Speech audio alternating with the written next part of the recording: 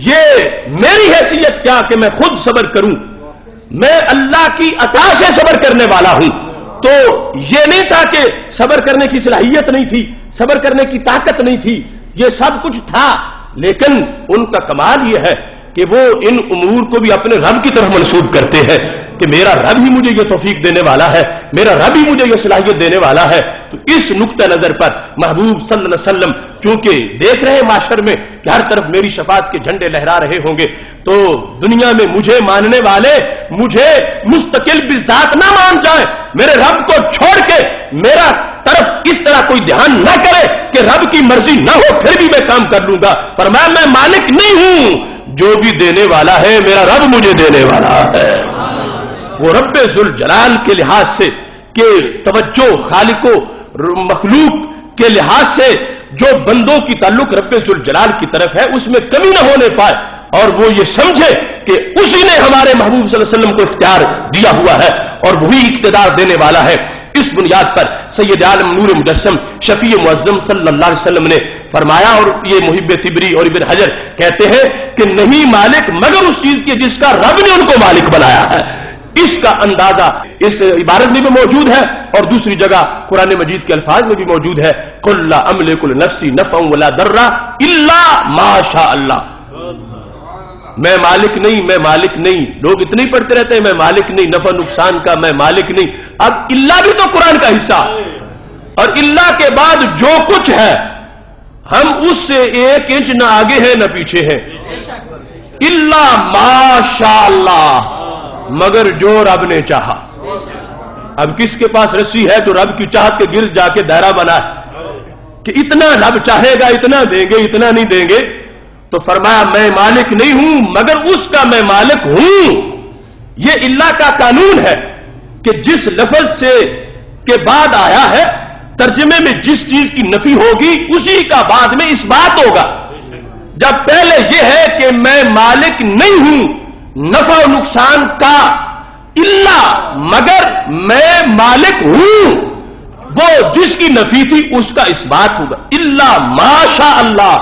مگر جو رب چاہے اس کا میں مالک ہوں۔ تو پتہ چلا جو امام نے کہا، مجدد اعلی حضرت نے کہا کہ